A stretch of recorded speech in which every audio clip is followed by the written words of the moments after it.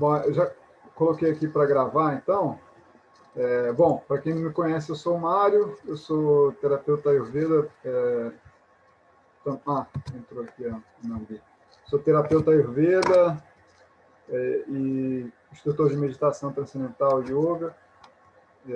Trabalho com o Ayurveda há 10 anos. Também atendo, né, como terapeuta Ayurveda. A gente está, como eu falei, né, desenvolvendo esse curso juntos aí, eu e a Sueli em parceria. É um curso baseado nos textos clássicos do Ayurveda. E, para quem não sabe, a Ayurveda é a ciência de cura mais antiga que existe no mundo, né? Ela pode ser traduzida como a ciência da vida ou o conhecimento da vida, né? Então, ela trata de aspectos fundamentais da relação do indivíduo com ele, né? No que tange todos os espectros da vida, que são o corpo, a mente, a alma, né? E essa relação que o indivíduo tem com o mundo também. Tá? Então, essa ciência, né, que existe há mais de 5.000 anos, ela é baseada em alguns princípios fundamentais, que são eles: prevenção de doenças, manutenção da saúde, tratamento de doenças e promoção da longevidade. Tá? Então, você vê que tem aspectos fundamentais, né, que não é só uma ciência que procura tratar doenças, pelo contrário. Antes de qualquer coisa, a gente precisa entender como ter saúde, né? E dentro desses conceitos, né, de manutenção da saúde, prevenção de doenças, a gente tem aí o aspecto fundamental da dieta, né? Além da dieta, os sábios falavam, né, de um estilo de vida apropriado, de um estilo de vida saudável também, assim como uma dieta saudável, e códigos de conduta moral e ética também, né? Ou seja, códigos de comportamento, como eu devo me comportar, né, perante a vida e perante a sociedade, né, para que eu tenha cada vez mais uma vida plena, uma vida cheia de felicidade, né, e que eu possa promover isso não só para mim, mas para todos ao meu redor, né? Isso que a gente chama de convívio social, né?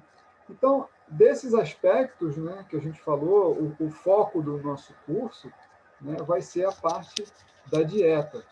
Tá? Então, uma coisa importante para o Ayurveda é que dieta não é só aquilo que você come, tá?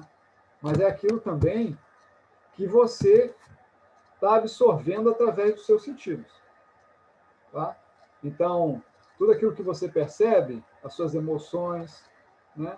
Todo o conhecimento que você coloca para dentro de você, né? Tudo aquilo que te forma em diferentes níveis de estrutura, né, é considerado dieta. Tá? Então, a comida ela tem um papel fundamental, mas também esses outros aspectos são muito importantes. Né? E o que é fundamental do alimento? Né? Duas coisas importantes. A parte densa, que vai formar o nosso corpo, e dois, a parte sutil, que vai formar a nossa energia, né? Ou seja, aquilo que a gente chama de prana, que é a energia vital. Tá? Então, partindo desse princípio, quanto mais fresca é a comida, mais energia vital a gente está absorvendo. Da mesma forma que, quanto mais próximos nós estamos da natureza, mais absorvemos dessa energia vital. Além desse conceito da alimentação, se a gente for observar a ciência do yoga, né, ela é toda pautada para que o indivíduo absorva cada vez mais prana, essa energia vital. Então, existem milhares de técnicas, né, de técnicas físicas, né, que são os asanas, técnicas respiratórias, técnicas de meditação, todas elas para que a gente absorva cada vez mais prana, essa energia vital, que é essa energia que vai promover cada vez mais estados de consciência mais elevados. Então, tanto a absorção de prana no nível do alimento, quanto a absorção de prana no nível da respiração né, e dessas técnicas são fundamentais para que a gente tenha cada vez mais vitalidade e cada vez mais uma vida feliz e longa, né? Então é dito aí, né, que aquele que se alimenta de uma dieta saudável, ele vive 100 anos. Tá? Eu vou começar, então, compartilhando aqui o material do texto dos PowerPoints que eu preparei. Tá? Eu já vou compartilhar aqui com vocês.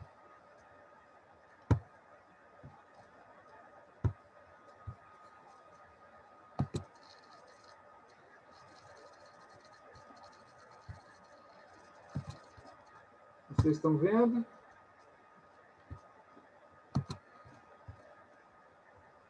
Sim, estamos. Foi, né? Então, vamos lá. Eu vou começar aqui com uma citação do Charaka, né, que fala o seguinte: aquele que é autocontrolado e tem uma dieta saudável vive 100 anos. Né? Então, o autocontrole envolve aí, né, o controle de todos os sentidos.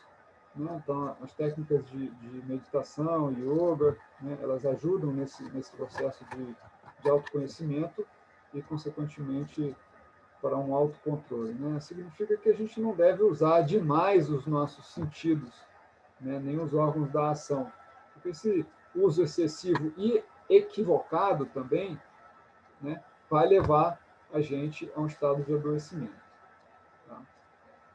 Os alimentos sustentam a vida dos seres humanos. Todas as criaturas do universo necessitam deles. Compleição, que é a clareza da pele, né, o brilho da pele, a cor da pele, perspicácia, boa voz, longevidade, inteligência, alegria, satisfação, nutrição, força, vitalidade e capacidade intelectual, todos dependem da alimentação. As atividades mundanas, bem como aquelas para a iluminação, todas elas dependem da alimentação. Olha a importância fundamental da alimentação, né? Então, tanto para uma pessoa que vive uma vida comum, né, que segue uma vida fazendo suas atividades corriqueiras, né, chamadas de mundanas, né, quanto aqueles que querem trilhar também o caminho do autoconhecimento e o caminho da iluminação, né, necessitam de uma alimentação, de uma dieta apropriada. Tá? Então, a alimentação é fundamental para todos os seres vivos aqui na Terra. Né? Então, a gente vai começar vamos começar falando sobre os princípios, né, que regem essa alimentação saudável. Né? Então, o Charaka fala aí de 8 pontos importantes no que diz respeito a essa forma a qual a gente deve se alimentar. Tá? Então, primeiro de tudo, o alimento deve ser quente. Tá? E aí ele descreve o porquê que esse alimento tem que ser quente. Né? Porque ele tem um sabor melhor, ele estimula o nosso fogo digestivo, ele é rapidamente digerido, facilita a passagem de gases e reduz o fluxo de muco. Tá? Então, vamos lá. Se a gente for compreender isso, né, em termos da nossa fisiologia e da nossa biologia interna, né, existe uma temperatura interna no nosso corpo, né, a qual essas coisas funcionam. E essa temperatura interna, ela é um pouquinho maior do que a temperatura externa do nosso corpo. Né? Então, se a gente utiliza de substâncias sempre frias e geladas, a gente vai estar reduzindo essa temperatura interna. Consequentemente, essa temperatura interna ela vai gerar uma influência negativa no nosso sistema digestivo, porque aquilo que é frio gera contração. Essa contração ela vai gerar uma inibição da produção de enzimas digestivas e, consequentemente, vai gerar uma digestão ineficiente. Tá? Então, por isso é fundamental a gente ter uma dieta feita sempre com alimentos cozidos, né, quentinhos, né, frescos, preparados na hora, para que isso promova toda esse aspecto fundamental da nutrição e também da eliminação, né, dos resíduos, né, e que a gente não acumule muitas secreções, né, que a gente pode chamar de cafa, né, ou seja, esse muco. Tá certo? Ah, já pode fazer pergunta agora? Ou você quer deixar no final? Eu vou falar 8 pontos, aí depois a gente pode fazer as perguntas, tá? Porque é provável que também isso seja respondido ao longo desses slides. Se não forem, aí a gente pode responder depois. Tá legal? Ok. Então, vamos passar para o próximo ponto. Tá? O alimento deve ser untuoso, ou seja, ele deve ser de consistência mais úmida, né? Porque assim ele tem um sabor melhor, mais agradável.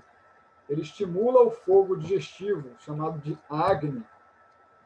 Ele é digerido rapidamente. Facilita a passagem de gases, novamente, né? Eles já falaram isso lá no primeiro ponto, a importância dessa movimentação interna, dessa eliminação de gases que podem ser chamados de vata, né? É fundamental para a nossa saúde da microbiota, ou seja, daquilo que permeia ali no nosso trato digestivo. O alimento untuoso também fortalece o corpo, ele vai promover tecidos fortes, né? O Ayurveda ele descreve aí 7 tecidos como sendo os tecidos fundamentais do nosso corpo, que são eles: o plasma, o sangue, tecido muscular, tecido gorduroso, tecido ósseo, medula, tecido reprodutor. Além desses 7 tecidos, existe uma outra coisa que é chamado de 8º tecido, que apesar de não aparecer, ele é considerado um tecido. E esse tecido é chamado de Ojas. Ojas é considerado como aquilo que é imunidade dentro do Ayurveda. Aquilo que promove contentamento, felicidade, sustenta os esforços da nossa vida, promove prazer, longevidade, né? Então, o Ojas ele transcende o conceito de imunidade, mas ele também compreende o conceito de imunidade. Tá? Então, uma dieta que é untuosa, ela vai nutrir todos os tecidos. Tá?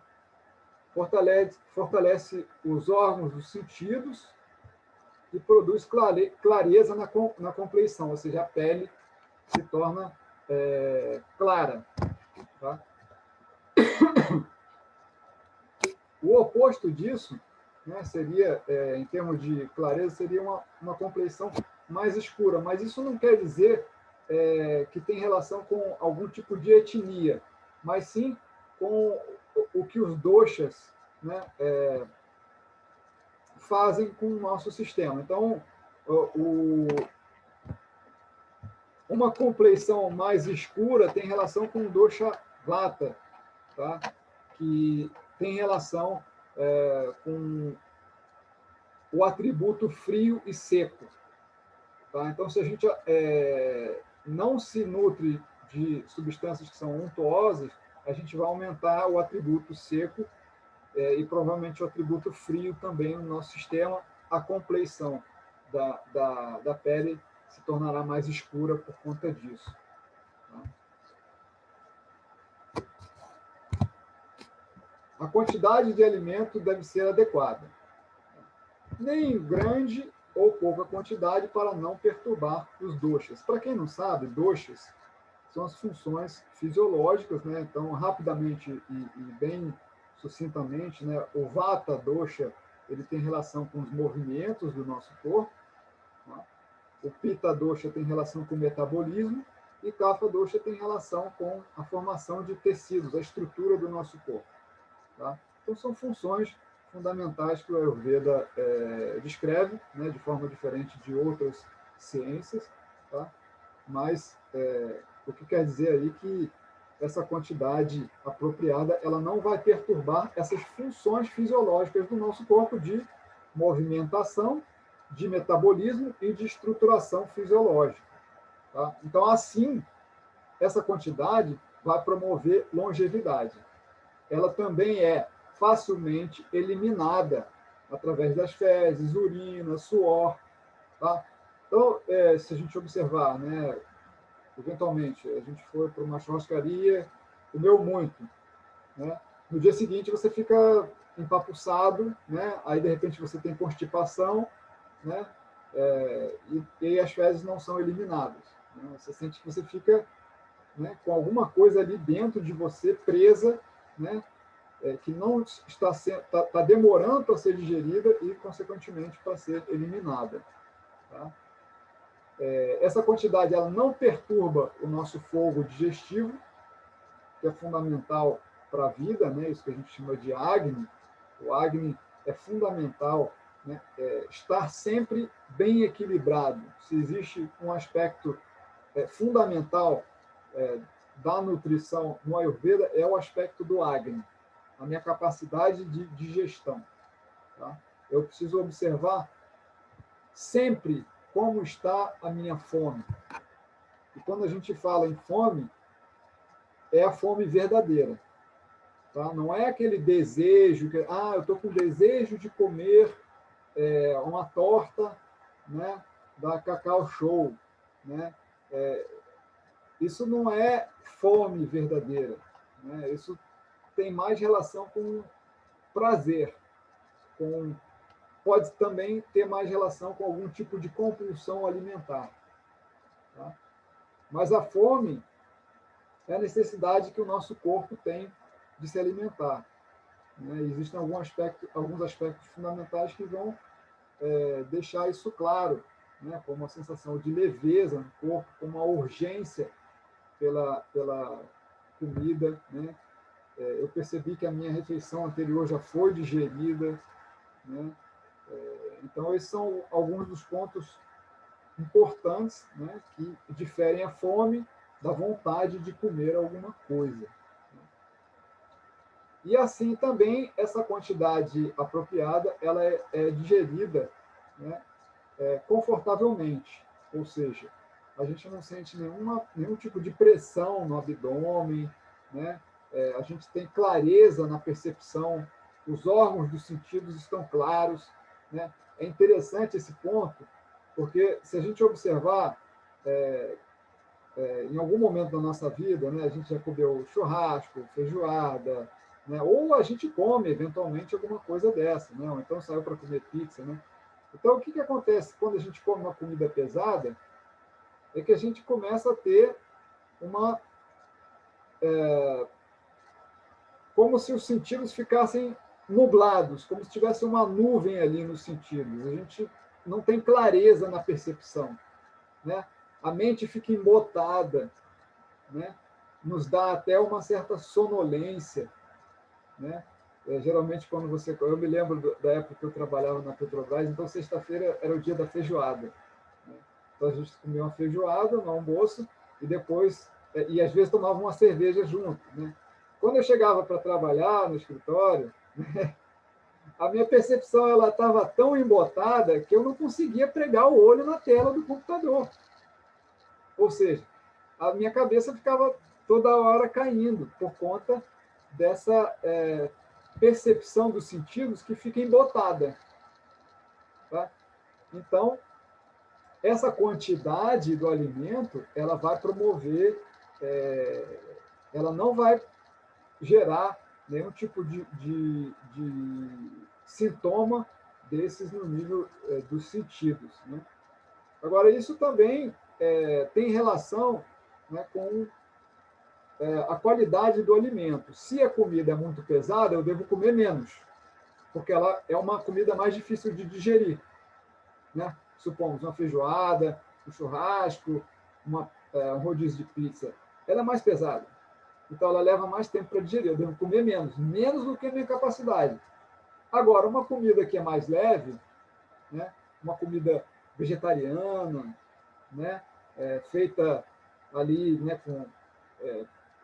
pela gente mesmo, ou por alguma pessoa da nossa família, é uma comida mais leve, mais fácil de digerir. Então, eu posso comer em maior quantidade, porque isso não vai me gerar tanta dificuldade no processo digestivo. Então, a qualidade da comida é fundamental para a gente discernir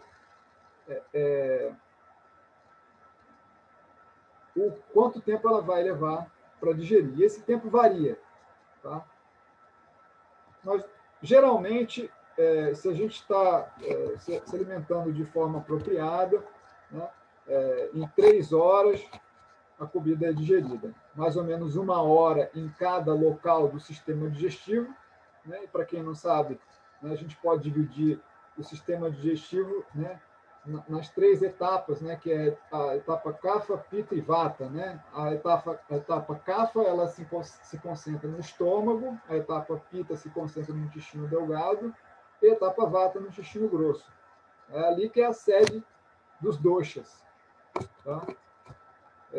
Isso é muito importante da gente compreender, porque é a partir de alguns sintomas do processo digestivo que não estejam funcionando de forma apropriada que a gente vai entender qual dosha está agravado. Se eu tenho, por exemplo, a sensação de empachamento, é sinal de que o estômago está pesado. Se eu tenho refluxo, azia, significa que o meu estômago não está conseguindo digerir e a comida não está descendo para baixo. Então, ele está regurgitando aquilo. Então, o problema está ali no estômago. Se eu tenho tendência a ter diarreia, né, fezes mal formadas, então o problema ele está ali no intestino delgado, fígado. Está sobrecarregado o meu fígado. Se eu tenho problemas com constipação, gases, inchaço abdominal, então eu tenho problemas ali na sede do dosha vata. Tá? Antes de qualquer coisa, em termos de doshas, esses princípios da digestão são os mais importantes. Tá? Muitas vezes a gente, quando conhece o Ayurveda, né, facilmente a gente cai naquela jogatina, né, de querer saber qual dosha e tal, mas se vocês querem saber uma coisa importante dos doshas, procurem saber desses 3 aspectos fundamentais, que são os aspectos que tangem o nosso sistema digestivo. Tá? Kapha, Pitta e Vata, ou seja, Kapha no estômago, Pitta no intestino delgado e Vata no intestino grosso. É a partir dali que o problema começa. Tá? Não vou me prolongar muito aqui, não. É só para a gente entender um pouco do sistema digestivo e a relação com os doshas, essas funções fisiológicas. Mas é ali que começa qualquer tipo de desequilíbrio.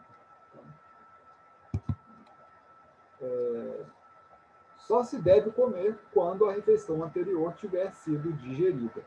Eu comi à noite muita comida ou uma comida pesada. No dia seguinte eu acordo sem fome. Então eu vou tomar o café da manhã porque todo mundo toma café da manhã, porque é hora de tomar o café da manhã? Não. Principalmente se eu estou me sentindo pesado, se eu sinto que ainda estou lembrando da comida que eu ingeri no dia anterior, eu tenho que esperar essa comida ser digerida. O que eu posso fazer para ajudar é tomar um chá digestivo, um chá de erva doce, um chá de gengibre, alguma coisa que vá facilitar aquilo que você ainda está lembrando do dia anterior. O nosso corpo ele é inteligente. Se a gente não observa a inteligência do nosso corpo, a gente está sendo negligente com a nossa saúde. Então, nós não somos como uma máquina. O corpo tem o seu tempo. Entender o seu tempo requer uma clareza na nossa percepção. Requer uma certa humildade para compreender o que se passa ali no seu corpo. Uma autoobservação contínua e constante dos processos que acontecem no nosso corpo. Então, veja, para o Ayurveda, é muito mais importante eu estar me auto-observando do que eu seguir tabela de dieta. Porque se eu entendo quando eu estou com fome e quando eu não estou com fome, eu estou me respeitando muito mais do que seguindo uma tabela que diz que eu tenho que comer, sei lá, de 3 em 3 horas. E comendo sem fome. Tá certo? Então, comer antes disso perturba os doshas. Quando os alimentos são ingeridos após a refeição anterior ter sido digerida, os doshas permanecem em seus locais. Então, não há problema. Né? Se eu estou sentindo realmente fome, né, eu não vou gerar distúrbio nesses doshas. O fogo digestivo é aceso, ou seja, o meu potencial digestivo ele se torna contínuo e constante, o apetite aumenta, a entrada dos canais do corpo permanece aberta. O que são a entrada dos canais do corpo? Né? São os sentidos, né? São as narinas, a boca. Né? É uma coisa interessante, tá? Se você come demais, aquilo vai promover aumento de secreções, aumento de muco no seu sistema. E isso vai gerar entupimento das narinas, que é um distúrbio do dosha kapha. Principalmente se eu como demais à noite. Ou se eu como queijo à noite, ou se eu como churrasco à noite, enfim, coisas muito pesadas à noite, porque o meu fogo digestivo ele já está mais baixo. Então, existe uma inter-relação entre o nosso fogo digestivo e o ciclo do sol. Tá? Quando o sol está a pino, a minha fome está no seu auge. Então, o meu sistema digestivo ele vai estar produzindo mais enzimas digestivas, mais ácido hidroclorídrico e outras enzimas. Então, eu terei uma maior capacidade de digerir uma maior quantidade, uma comida mais pesada no meio do dia. Consequentemente, digerindo bem o alimento, eu não vou produzir tanta secreção, tanto muco.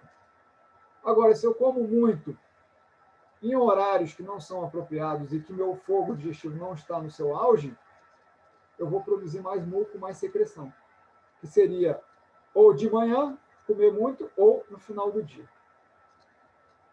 Além disso, alimentos pesados, como queijo, banana, abacate, ovos, carnes. Se eu como muito disso de manhã ou no final do dia, eu aumento a produção de secreção, o que vai gerar um bloqueio das passagens dos canais do meu corpo, tá? Os canais da respiração.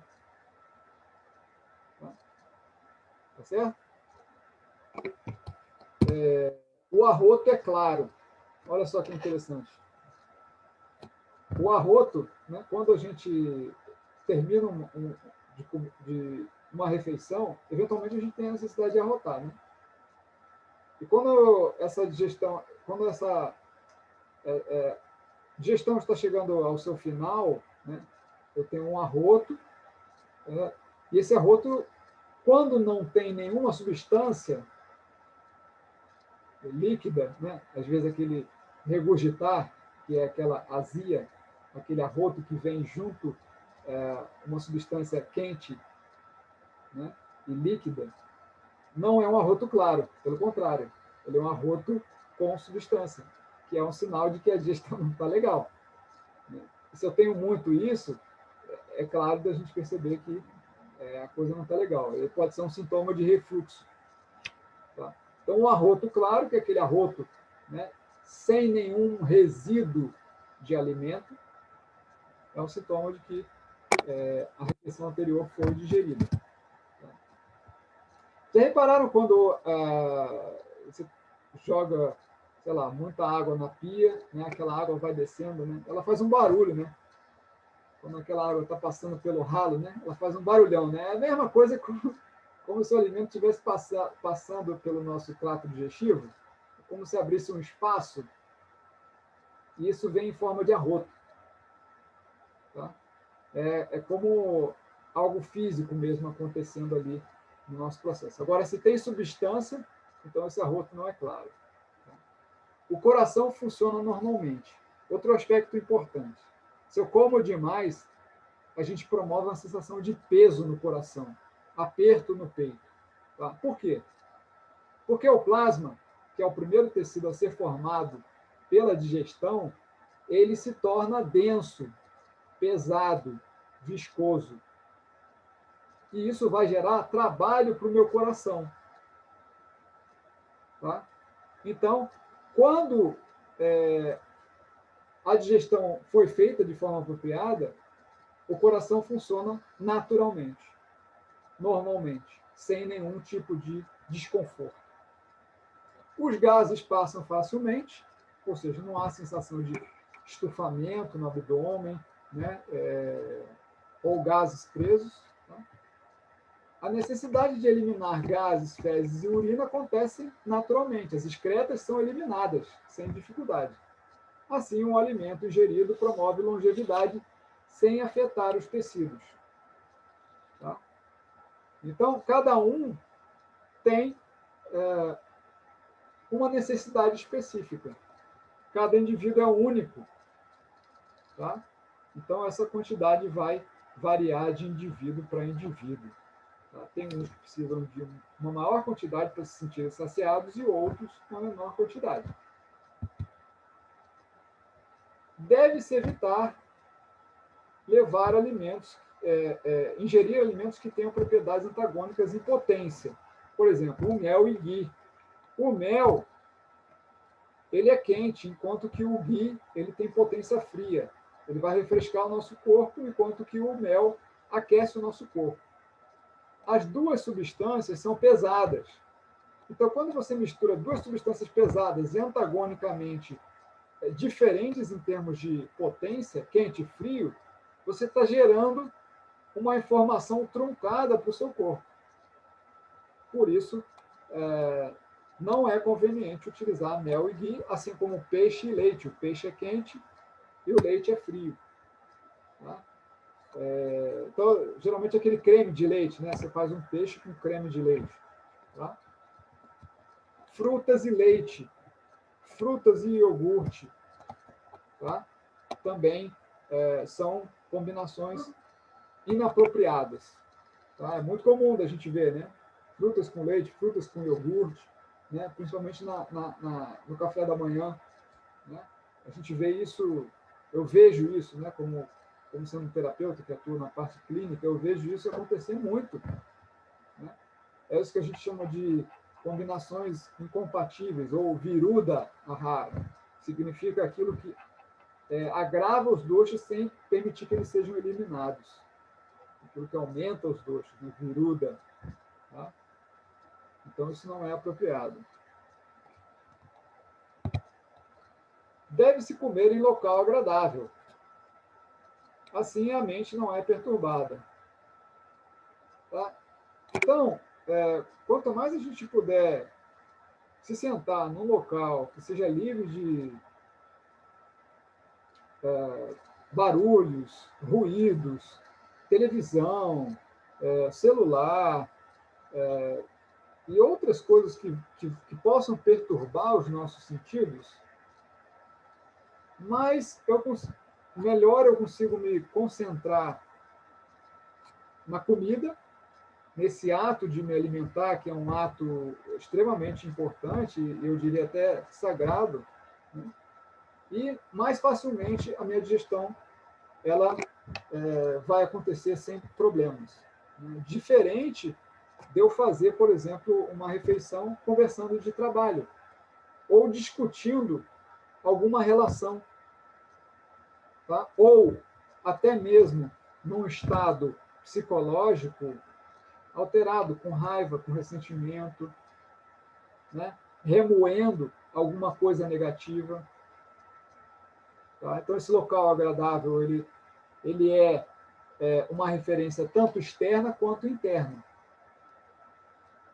Eu devo procurar estar sempre tranquilo no momento em que eu paro para me alimentar. Deve-se também comer com os acessórios necessários. Ou seja, quando você prepara a sua refeição, coloca o seu prato à mesa, coloque tudo que você vai precisar. Água, azeite, limão, sal, os talheres, para que você não precise ficar se levantando a cada instante, a cada momento, né, para ter que buscar esses acessórios. Né? É dito que isso perturba a psique do indivíduo. Então, é um momento que a gente tem que tirar para ficar tranquilo, né? Sem se preocupar com mais nada. Tá? Coma ali, estando inteiramente presente naquilo que você está fazendo. Não se deve comer muito rápido. Aí tem a foto do indivíduo se engasgando, né? Justamente porque comer muito rápido, ela pode entrar por uma passagem errada, e aí o indivíduo engasgar. E, consequentemente, enfim, pode não ter um final muito feliz. Tá? Mário, eu acho essa questão também do comer rápido, né? Do rápido, na verdade, também interfere na digestão, porque quando a gente come rápido, a gente não mastiga direito, né? E aí a digestão começa na boca, né? Aquele velho ditado, assim, né? Que a gente mastigar e já começar ali a ajudar o processo digestivo desde a boca, né? Perfeito. Ótima colocação, Su. Então, a digestão ela começa no momento em que a gente começa a perceber, através, seja da visão, seja do olfato, né? O atributo do alimento. Então, um cheiro agradável da comida já começa a preparar todo o nosso sistema digestivo, a gente começa a salivar, né? Ou até mesmo a visão de uma comida, né, que seja bonita, harmoniosa, né? Tudo isso já vai preparar, né, o nosso sistema digestivo e, consequentemente, influenciar na nossa digestão. Se a comida ela não é agradável aos olhos ou ao olfato, né, então isso também pode gerar uma informação equivocada também. Né?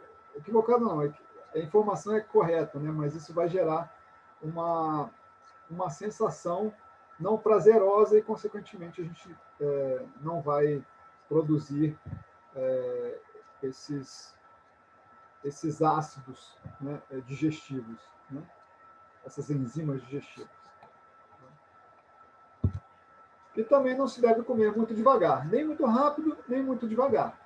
Né? Então, assim, se a gente comer muito devagar, a gente não se sente saciado. A comida esfria e a digestão também é prejudicada. Então, deve-se comer num ritmo, né, que seja uma velocidade normal para cada um. Tá? Não se deve falar e rir enquanto se alimenta. Tá? A mente deve se concentrar na comida e não em nenhuma outra coisa, nenhum outro assunto e nenhuma outra sensação que não seja a de prazer do ato de se alimentar. Caso contrário, ela também pode passar pela passagem errada, assim como a gente come rápido. Tá? E isso gerar também um engasgamento e algum outro tipo de problema digestivo. Tá? E, por último, deve-se sempre observar se a dieta é apropriada para o indivíduo. Cada indivíduo tem necessidades específicas. Tá? Existem milhões e milhões de indivíduos com características totalmente distintas uns dos outros. Tá? Então, a partir dessa investigação, dessa percepção, eu vou observar aquilo que é importante para mim, aquilo que é apropriado para mim, e me alimentar daquilo que é apropriado. Por exemplo, uma pessoa, né, que tem mais tendência a ganhar peso, né, que esteja além do peso dele, né, com muita umidade no corpo, uma pessoa de dosha kapha, por exemplo, né, ela vai precisar de alimentos que sejam de atributo mais seco, comer um pouco menos, né, e estimular mais a digestão dele com um atributo picante. Tá? Uma pessoa, por outro lado, que tem uma constituição mais seca, mais magra, com menos tecidos, ela precisa de uma comida mais untuosa, né, com mais oleosidade, com mais substância. Uma pessoa que tem mais calor no corpo precisa de uma comida de potência mais refrescante, mais fria, né? Então, todos esses princípios eles devem ser observados para que a gente compreenda aquilo que é bom e aquilo que não é bom, e sempre buscar por aquilo que vai me trazer saciedade, felicidade e saúde. Tá? E, por último, esse é o método prescrito para o indivíduo saudável e o doente, que se alimenta de comida saudável regularmente. A comida deve ser quente, untuosa, em quantidade apropriada, após a digestão da última refeição, não contraditória em potência, em local apropriado, com os acessórios necessários. Não se deve comer muito rápido ou devagar, enquanto se fala, ri, e com plena atenção após a consideração individual. Assim dito, no Charaka Samhita, Vimanastana, capítulo 1, verso 24. Tá? Alguém tem alguma pergunta? Ou várias perguntas? Mário, o que eu queria te perguntar é com relação, por exemplo, à salada, né? As folhas, salada de folhas. A gente sempre, quando vai numa nutricionista, a primeira coisa que ela fala, se alimenta de muita salada e tudo. E ela é um alimento frio, né? Exatamente. Cru. Como é que fica essa relação? Então, se é melhor cortar esse tipo de alimentos ou fazer de uma forma refogada, não sei. Exatamente. Então, vamos lá. Aquilo que é frio vai gerar esfriamento no meu sistema. Tá? Então, se eu já tenho esse atributo frio no meu corpo, né, e a salada também ela tem o sabor amargo predominante. Talvez algumas folhas tenham um sabor amargo, astringente também, e picante também. Tá? Ou seja, são sabores que tendem a gerar redução de tecidos. Então, além do fato da salada promover uma diminuição do meu calor interno, ela tem um efeito redutor de tecidos. Ou seja, significa que isso vai agravar o dosha vata, porque ela é fria e seca. Então, ela é o oposto daquilo que o Ayurveda considera apropriado, que a comida deve ser quente e untuosa. Tá certo? Não que a gente não possa comer folhas verdes, né? As folhas verdes são muito boas, muito importantes para a nossa saúde, né? Fonte de várias vitaminas, fonte de ferro, né? Mas como que eu vou comer essas folhas? Né? Sempre refogadas. Né? Obviamente que se eu estou numa estação quente, no verão, né? No verão com muito calor, tudo bem, aí eu posso comer uma salada que o meu corpo vai ser benéfico, né, para essa condição interna do meu corpo. Né? Uma coisa é eu comer uma salada no verão do Rio de Janeiro, naquele calor de 40 graus, saindo da praia, né? E outra coisa é eu comer uma salada num clima frio e seco. Entende? Tudo vai depender do indivíduo e do local, que tem relação com a estação. Mesmo a constituição. Mesmo a constituição dele sendo vata, ele poderia fazer uso da salada no verão? No verão é o horário, digamos, a estação do ano mais apropriada para ele fazer uso da salada. Tá? Diferente do inverno, que é frio e seco. Aí, no inverno mesmo, eu vou procurar comer uma comidinha mais quentinha, untuosa. Né? Existem várias mudanças fisiológicas que acontecem no nosso sistema quando a gente considera as estações. Né? No inverno, o fogo interno aumenta. Então, a gente naturalmente pede por uma comida mais pesada e mais gordurosa. No verão, o fogo ele sai para fora, porque já existe muito calor externo. Então, esse calor de dentro ele vai para fora.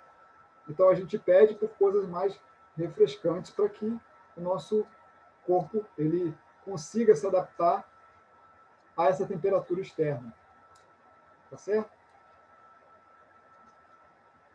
Mais alguma pergunta desses slides?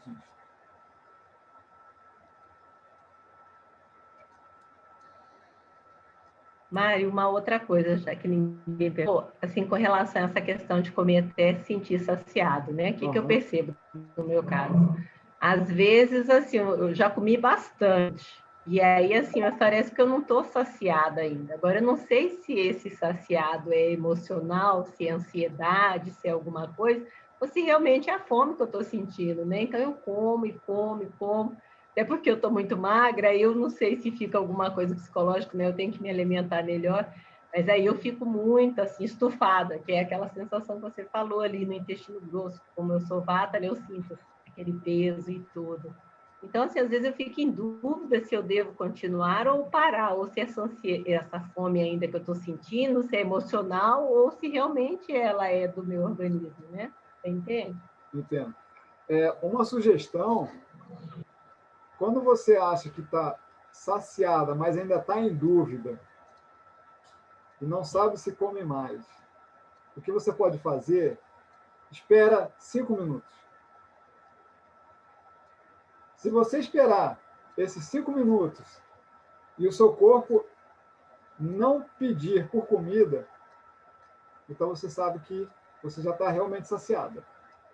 Agora, se você espera 5 minutos e fala assim, não, ainda preciso comer mais, aí você come mais.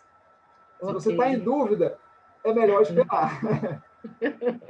Tá bom, vou fazer isso. Boa dica. Beleza. Tá certo? Licença, eu tenho uma dúvida também. Você não falou em relação, porque geralmente, após a comida, a gente tem um hábito da sobremesa, do doce. Eu tenho necessidade de botar algum doce na boca depois que eu como uma comida. E eu não sei como é o Verda ver isso, mas assim, ao mesmo tempo que você fala que você tem que ouvir nosso corpo, o meu corpo pede um doce, nem que seja uma passa, aí eu fico completamente bem.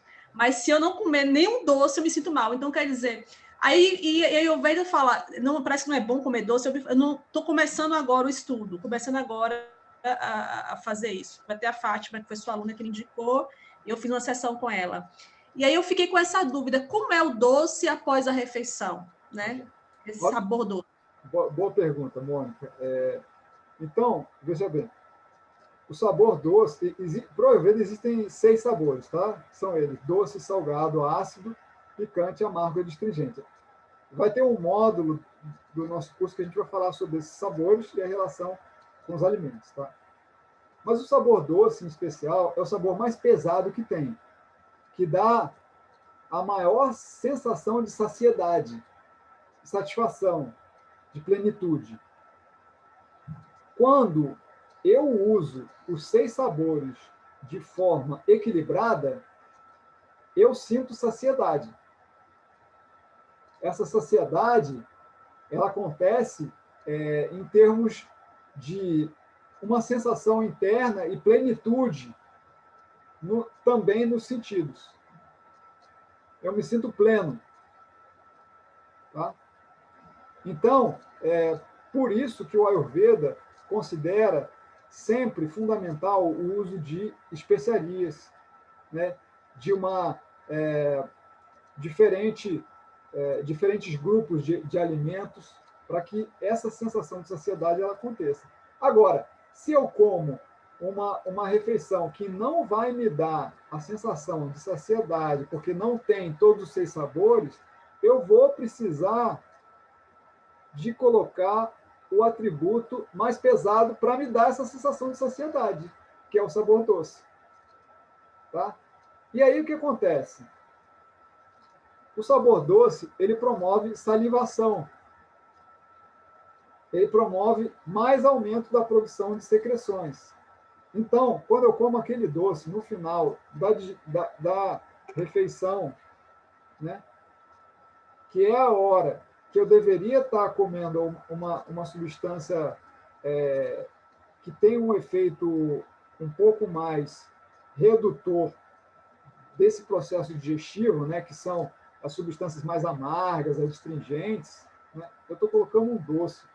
A mensagem que eu estou dando para o meu sistema é: continue produzindo enzimas, continue produzindo secreções, porque a digestão ainda não terminou. Por outro lado, se eu uso um chá de erva doce, que é um pouquinho picante, um pouquinho levemente amargo, né, eu estou dando um sinal para o meu sistema: não, agora é hora de acabar. Então, para o Ayurveda, o uso de substância de doces, né, deveria ser no início da refeição. Por quê? É o momento ao qual o meu sistema digestivo ele está produzindo um maior número de enzimas digestivas, aquilo vai ser mais facilmente digerido, tá? E não vai se misturar com os alimentos, né? Que o Ayurveda chama, né, de comida pesada, incompatível, sei lá, um pudim. Né? Você não deve comer no final, você deve comer antes, porque aquilo vai pegar o auge do seu fogo digestivo. O seu fogo digestivo está no seu ápice. Eu estou morrendo de fome, então eu vou digerir aquilo que é mais pesado. Aí eu como um pudim. Pronto. Aí depois eu como a comida. É estranho. É um conceito totalmente diferente, é estranho. Mas se a gente entende o princípio da minha capacidade digestiva, eu compreendo, né, que eu estou dando para ele o combustível que ele precisa, que ele vai ter capacidade de metabolizar. E aí ele digere bem aquilo. Agora, se eu como um pudim no final de uma refeição que eu comi pra caramba, e o pudim ele leva leite, açúcar, ovo, né, farinha. Então, são alimentos extremamente pesados, incompatíveis.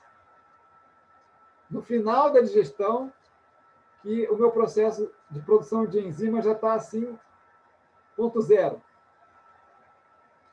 Problema na certa. Tá legal?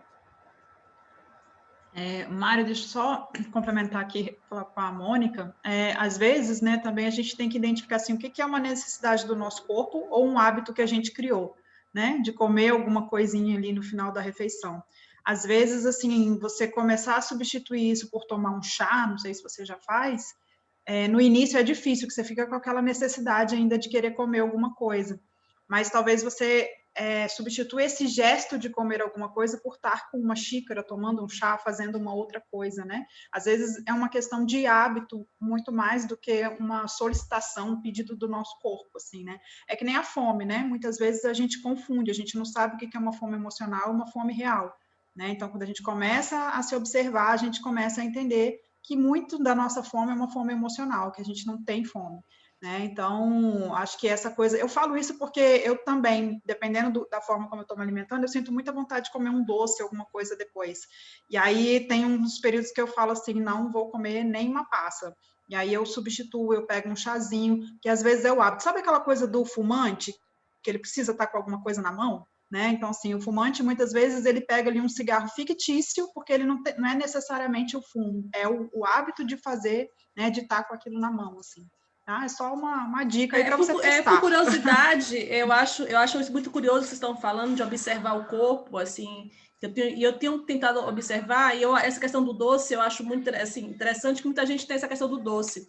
E eu já fiz os 3 testes. Eu, quando vou comer com muita fome, meio-dia, na hora da fome, e aí eu vou e coloco uma passa, que eu estou com muita fome. Já fiz isso também. Ou, quando não como doce depois do almoço, vai lá para tarde, às 4 horas, comer alguma coisa doce.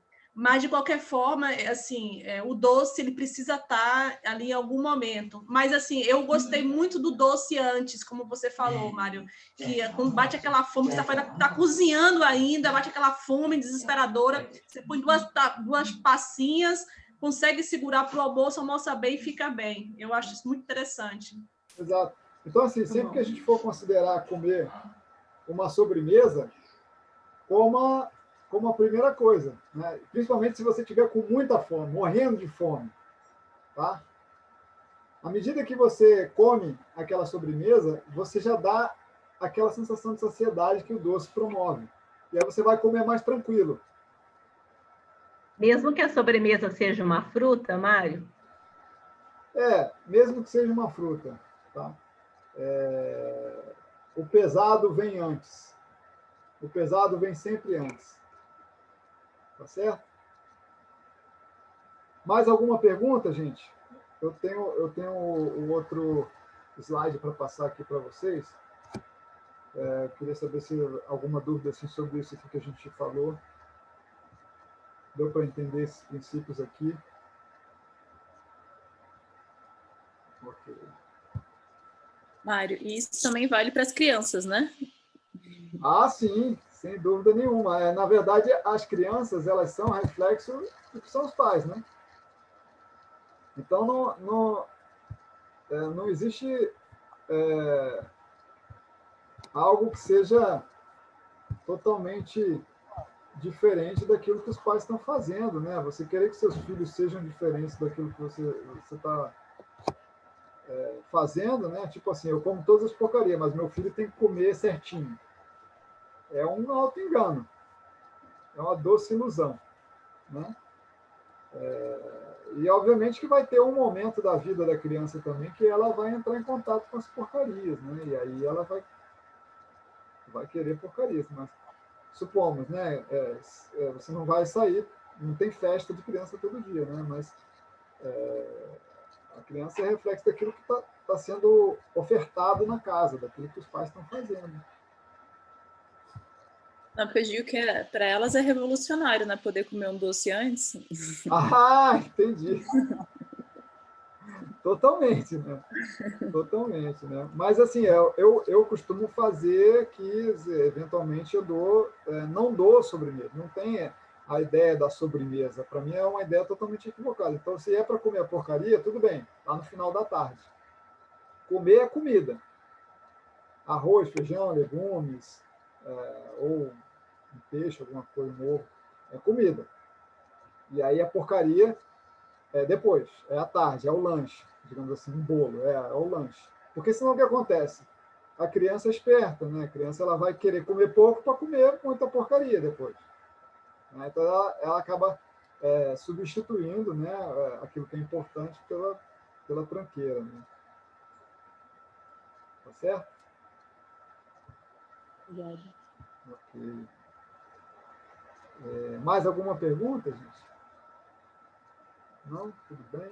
Eu vou então compartilhar aqui o outro slide aqui com vocês.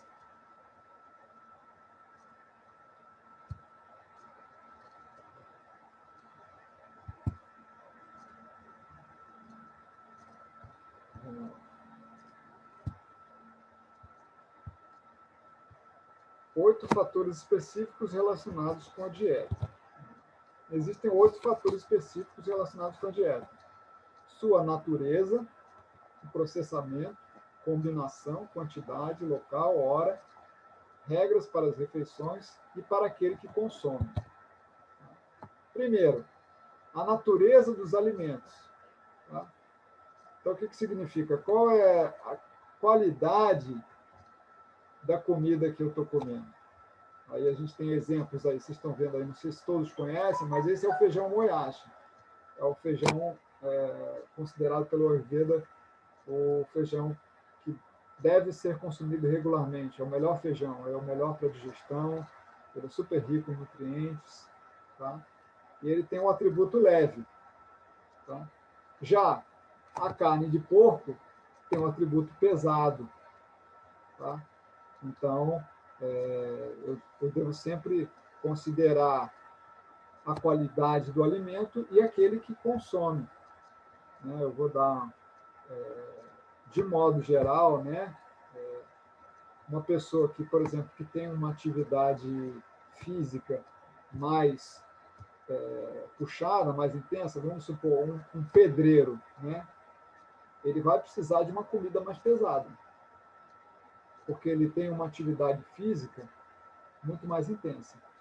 Então, a carne de porco ela é muito mais apropriada do que eu dar uma dieta vegetariana para um pedreiro.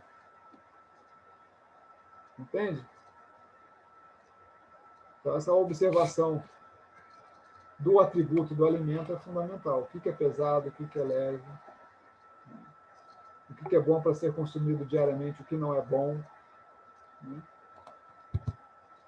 Essa lista, né, daquilo que é bom para aquilo que não é bom, né, nós vamos falar disso também. Tá?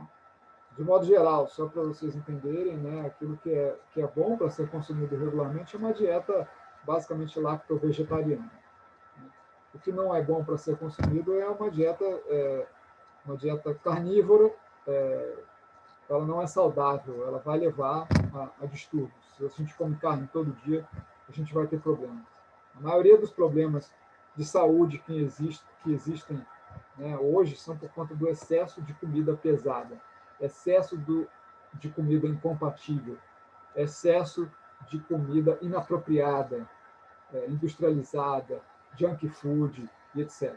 A maioria dos problemas é por conta disso. Tá? É porque a gente tem demais hoje. A gente tem demais, a gente tem usado o atributo pesado de forma excessiva. No café da manhã, almoço, jantar, a gente faz muitas refeições, mais do que o necessário. Tá? Ou seja, a gente está sempre passando do limite daquilo que é normal em termos de quantidade e qualidade.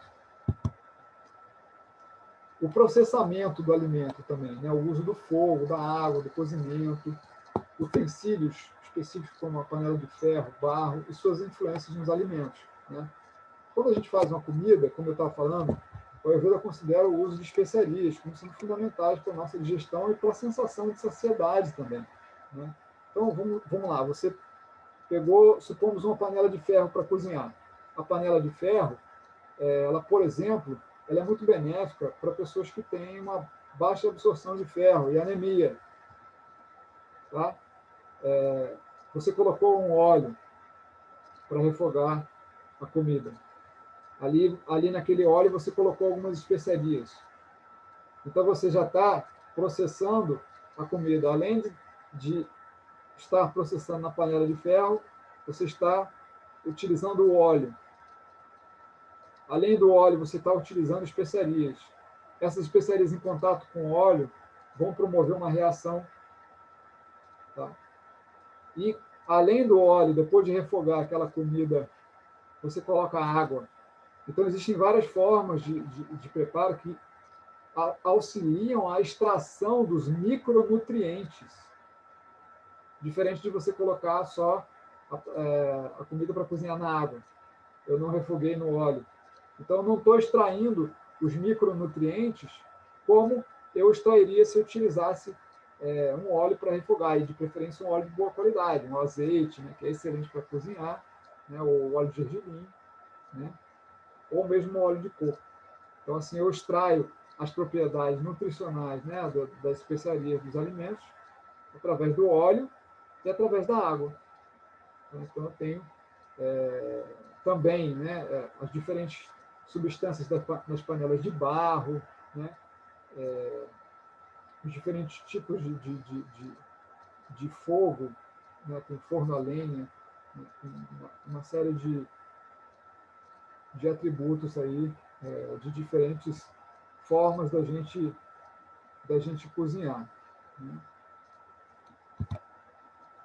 A combinação, né, a gente já falou, né? A compatibilidade entre os alimentos, o uso combinado de diferentes alimentos e suas peculiaridades nas interações. O ghee é incompatível com mel, peixe com leite, né? Frutas com leite, frutas com iogurte, né? Carne com queijo, né? Queijo com ovo, né? Então, são alimentos incompatíveis. Então, é importante a gente sempre observar aquilo que combina bem com o quê, né? Para que o nosso corpo não tenha indigestão devido a essa má combinação. Mário, deixa eu perguntar uma coisa. Não sei se você vai chegar a falar nisso lá na frente, mas é porque o abacate, ele não é considerado uma fruta, né? Então, assim, uma vitamina de abacate eu poderia tomar? Não, o leite, quase nada. Boa pergunta, Su. Porque, assim, É que o pessoal sempre faz essa pergunta, assim, né? Ai, fica doido, não, né? Como assim não posso tomar vitamina? Muito boa pergunta, tá? Nada combina, quase nada combina com leite, assim, tá? O leite é a melhor forma da gente consumir ele é separado, ou então, assim, um mingauzinho, né? Mas a melhor forma mesmo ele é separado de outros alimentos, tá? Agora, As veja, especiarias ali no máximo. veja, o abacate é um alimento extremamente pesado, gorduroso, tá? Ele fica extremamente incompatível quando usado com leite. Assim. É uma bomba. E geralmente as pessoas fazem isso na refeição da manhã, que é a hora que o nosso fogo digestivo metabólico ele está muito baixo. Ele não com tá banana, né? Às vezes abacate, banana. Às vezes é com banana também, né? Então, assim, a melhor forma de você consumir o abacate seria no almoço, por exemplo, junto com um pouco de limão, junto com um pouco de pimenta, com coentro, com verduras, né? Que aí você vai ter... Tá, vamos lá. O abacate ele tem sabor doce. Ele tem um atributo pesado, gorduroso. Tá? Doce, pesado e gorduroso. Eu vou misturar isso com aquilo que tenha atributos opostos para ajudar no metabolismo dele. Ácido, picante, amargo. Então, a capacidade do meu corpo de digerir aquilo vai ser muito maior. Então, vamos lá. A gente observando isso na comida mexicana, né? Eles usam muita pimenta. Eles usam a guacamole, às vezes, misturado com uma salada. Né? É justamente isso que eu estou falando. É você misturar os sabores que são sabores catabólicos com um atributo anabólico. Então, a capacidade de metabolismo e absorção daquela substância ela é muito maior do que eu misturar, por exemplo, o abacate, que é pesado, gorduroso e frio, com ovo, que é pesado, gorduroso e quente, ou com queijo, que é pesado, gorduroso e frio, ou com carne, que é pesado. Entende? Pesado com pesado. Não precisa disso. Não precisa dessa sobrecarga. Para quê? Né?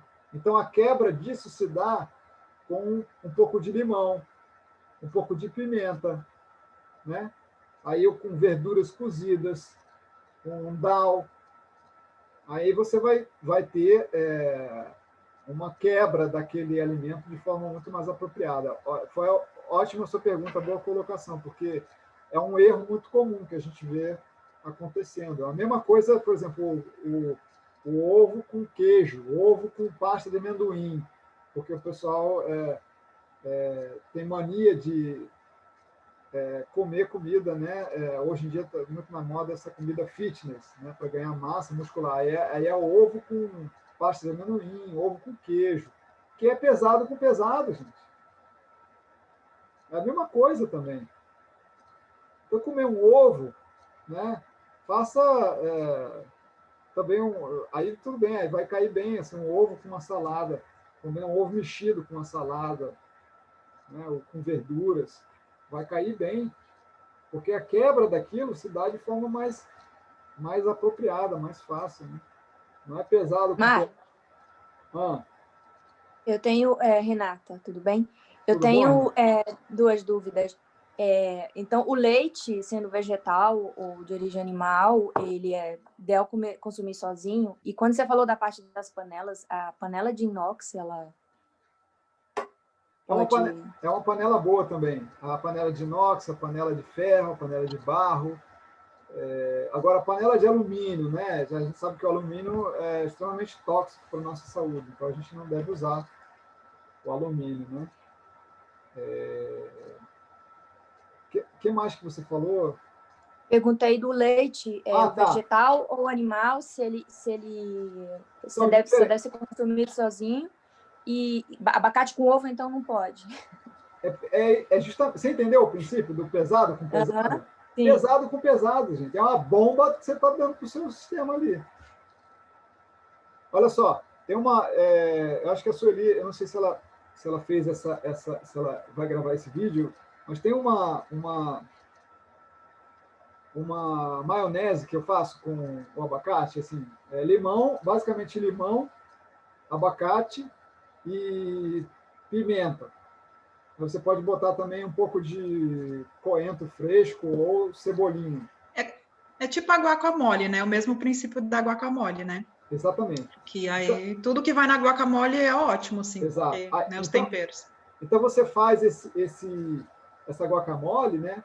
Com o abacate, com um pouco do ácido do limão, com um pouco de picante da pimenta do reino e umas especiarias ali para dar um saborzinho também, né? Pode botar um alho também, né, Mário? Pode. Para fazer uma picância também, né? Fica bom. Pode. Né? Aí você bate aquilo no triturador, faz uma guacamole, fica tipo uma maionese, você usa aquilo, né? Usa aquela maionese, sei lá, quero fazer um salpicão. Aí eu cozinho uns legumes, verduras, misturo aquela maionese nas verduras, fica excelente. Fica bom, gente. Entende? Olha só o grupo de alimentos que eu estou usando. Eu estou usando uma gordura com outras substâncias, que tem outros atributos, outros tipos de vitamina, diferente de eu estar usando o pesado com pesado, gordura com gordura. Tá dando para entender? Entende? Sim.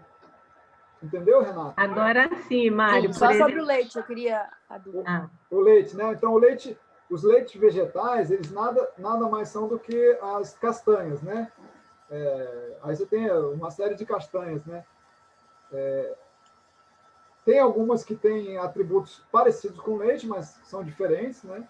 Assim, eles combinam, eles não têm tanta incompatibilidade como o leite tem com outros alimentos. Então, por exemplo, o leite de coco eu posso misturar com frutas, né?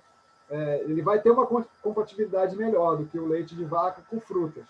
Ele vai fermentar. Já reparou que quando a gente quer fazer o buttermilk ou quando a gente quer fazer a coalhada, você coloca o limão, porque ele fermenta, né? Então, se você usa o leite de vaca com fruta, ele fermenta lá dentro do seu sistema. Tá certo? É como se você estivesse fazendo uma coalhada lá dentro do seu corpo. Já é diferente o leite de coco, o leite de amêndoas, né? Já tem... eles já não vão fermentar assim como o leite de vaca. Tá certo? O que a gente pode fazer é escolher as amêndoas mais leves, digamos assim, né? As castanhas, né, Mário? Por exemplo, não vai ter esse princípio da fermentação se você misturar com uma fruta, mas, por exemplo, um leite de amêndoa, ele é mais leve do que de castanha de caju, né? Um leite, e aí você pode ir dentro pensando nisso também. O leite de arroz, por exemplo, né? É um leite, apesar de ser doce, é um leite, assim, né? Mais leve do que uma castanha que é muito oleosa, né? Então, você pode também, pensando nesses atributos dos leites vegetais, né? Eu costumo usar muito o leite de coco e o leite de amêndoa, assim, para misturar, assim, às vezes, com alguma coisa, né? Com fruta, por exemplo, bater um leite de amêndoa com morango, alguma coisa assim, que fica mais leve do que se eu fosse usar um leite de castanha de caju, ou o próprio castanha do Pará, que é mais quente, também tem mais gordura. Eu uso muita semente de girassol também, que é bem mais leve que todas essas castanhas, né? Então também é uma opção. E você faz ele caseiro, Celi? Ou não, você Faço. compra aquelas caixinhas no mercado, que é uma nota, né? Caríssima. Não. Assim, eu faço em casa, é rápido da gente fazer, não é difícil, assim, né? É muito fácil da gente fazer esses leites, é porque a gente demanda um pouquinho de tempo, né, gente? Quando a gente quer realmente uma cozinha saudável, assim, uma cozinha que faz bem pra gente, demanda um pouco mais de tempo, mas não muito tempo. Por exemplo, se eu quero tomar um leite de amêndoa, eu faço ele na hora. Eu pego o quê? 10 amêndoazinhas ali, tiro uma casca e faço ali na hora. Não preciso fazer 1 quilo de amêndoa, entende? Né? É isso, o trabalho é a quantidade. Quando você coloca ali, eu quero fazer muito. Né? Então, às vezes, eu pego ali 5, 6 ali, amêndoazinha, misturo um pouquinho de água quente e eu tenho um leite ali na hora, entendeu? Então, né, vai muito também dessa coisa da gente não achar que tem que fazer aqui um monte de coisa. Né? Fazendo na hora ali, dá para fazer pouquinho e simples. Por exemplo, outro leite fácil é o leite de aveia, né? Você faz assim rapidíssimo. Também. Rapidíssimo. Também, pois é, leite então, de aveia também. É uma forma da gente, sei lá, eu acho essa ideia de substituir uma coisa meio equivocada, né? Mas pode-se fazer, né? O leite de várias formas aí, diferentes, né? Como a gente estava.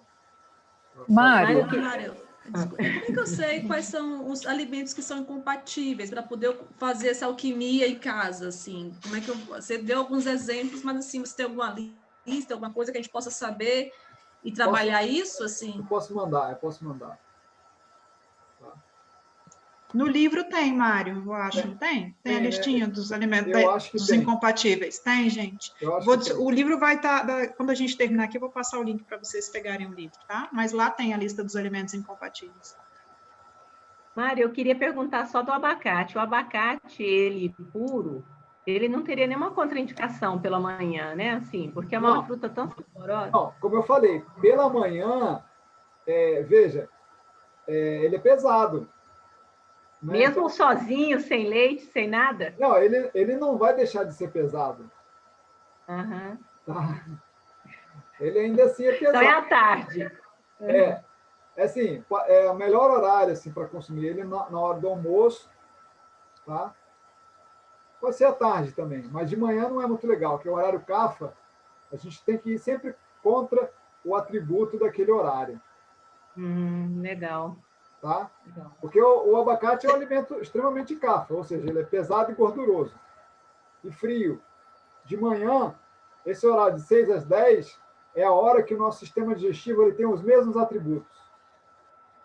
Aí, Você sabe, Mário, que eu estava fazendo uso dele, eu estou sentindo o meu nariz todo entupido. Eu não sei se é disso, mas quando você falou de muco, de secreção, eu não sei o que está dando isso. Estou pensando que eu estou gripada, eu não sei o que é, por isso que eu estou perguntando, entende? Eu acho que a gente já descobriu. Ô, Mário, eu tenho uma dúvida.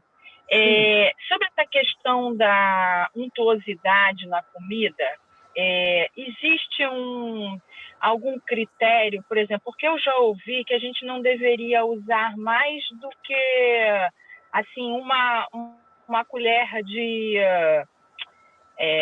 chá, né? Acho que no máximo uma de sobremesa de óleo no dia, né? Seja um ghee, seja um óleo de coco. Você tem alguma coisa a dizer sobre isso? Porque às vezes assim, a gente vai lá, pega o azeite, e rega o alimento de azeite, né? Isso também pode prejudicar. Eu gostaria de ter uma ideia dessa medida. E sobre o abacate, eu vou procurar isso, mas eu acho que eu já li no Charaka, ele dizendo que se você come abacate pela manhã, você tem vida longa, mas se come em outro horário, não. É bem assim a citação. Eu vou procurar isso. No Ashtanga Hridaya, se você for ler no capítulo, se não me engano, é o 6, que fala sobre a natureza dos alimentos, ele fala lá sobre abacate, coco e outros alimentos pesados, ele fala que eles produzem aumento de CAFA, secreções no corpo, e etc. Banana também, né? E, enfim, consequentemente, eles deveriam ser consumidos com um certo cuidado, né? Mas vamos lá. Então, agora eu me perdi aqui, eu falei de outra coisa. É sobre da a gordura. quantidade de gordura, isso. Tá. A quantidade. Boa pergunta, Adriano. A quantidade de gordura depende do tipo de constituição de cada indivíduo. Tá? Eu, por exemplo, que tenho uma constituição vata, né? Meu corpo é muito. Eu sou magro, é uma constituição muito seca, né? Tendo a ter a minha pele mais seca, e moro em Brasília, que é um clima seco, né? Então, eu posso fazer uma ingestão de gordura maior do que uma pessoa que, supomos, que more num local que seja extremamente úmido e que tenha uma maior quantidade de gordura corporal.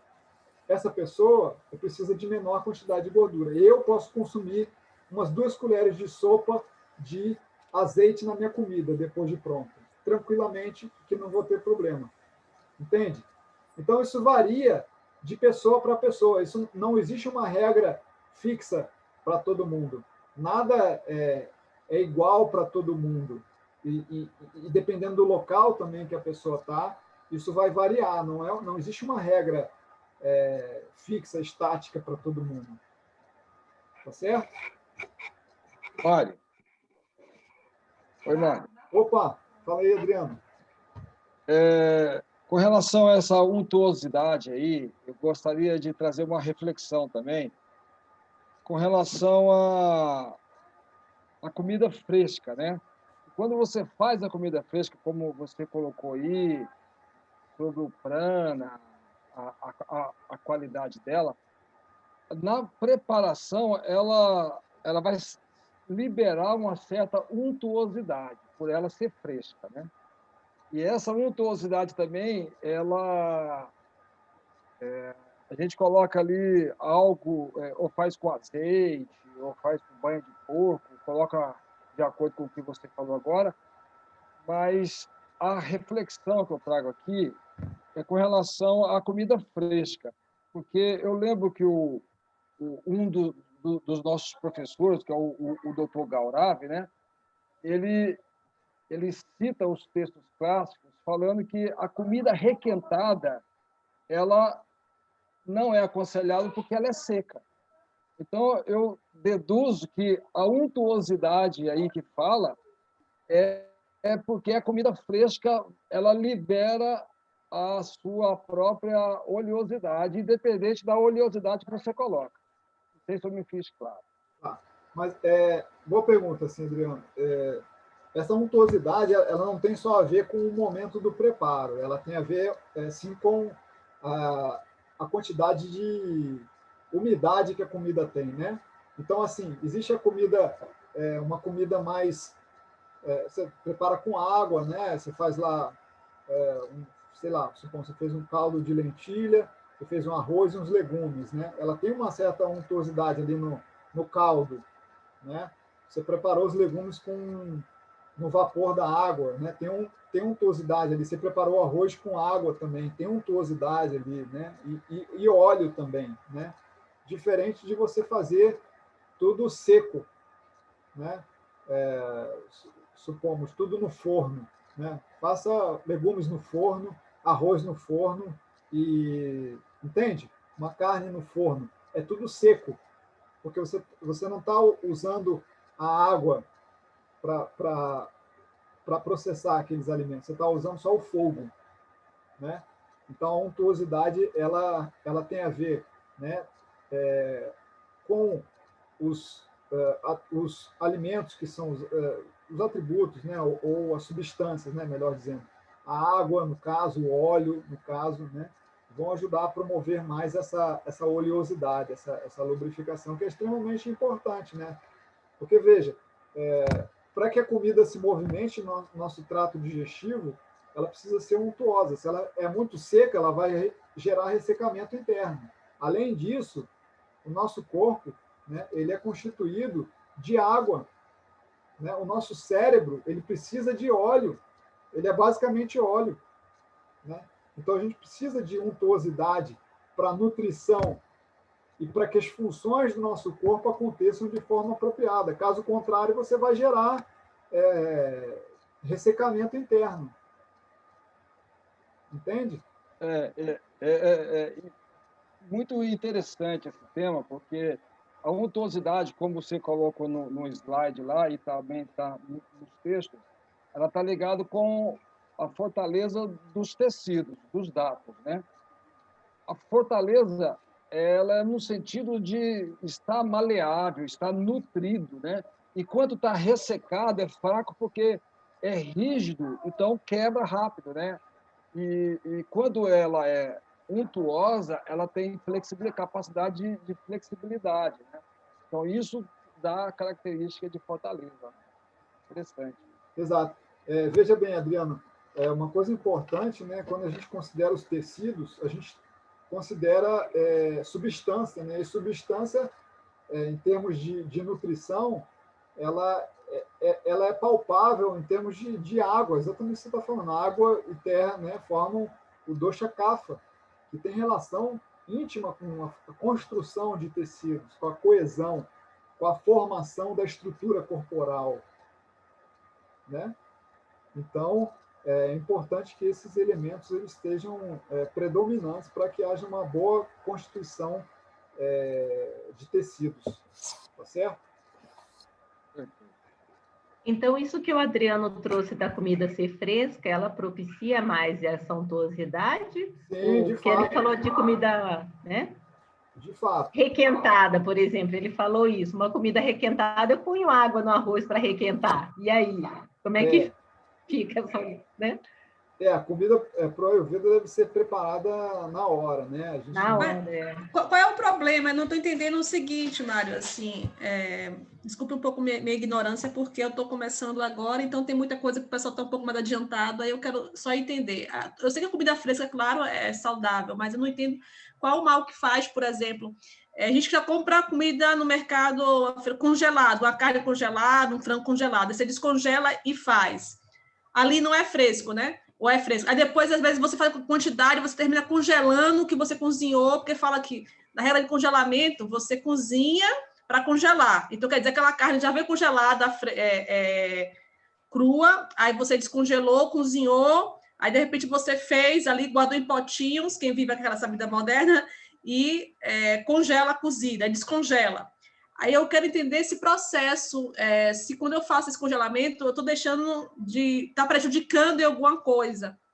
Ou é melhor não comprar nada descongelado, esse entendimento, até onde isso faz um mal e até onde esse congela, descongela, até onde isso prejudica o meu acne, minha digestão, a saúde, essa intensidade, porque nem sempre o ideal é possível, né? O ideal é que tivesse ali, tirasse do pé e comesse as verduras, pegasse uma carne ou um peixe que for sem ser congelado e pudesse fazer, mas vive numa sociedade que fazer isso é muito difícil, né? Quando você vive em cidade, né? Quando você vive no interior, minha família da Bahia, é mais fácil, ali você mata a galinha no quintal e vai cozinhar.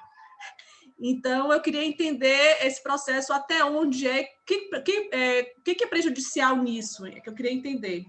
Ok, Mônica, boa pergunta.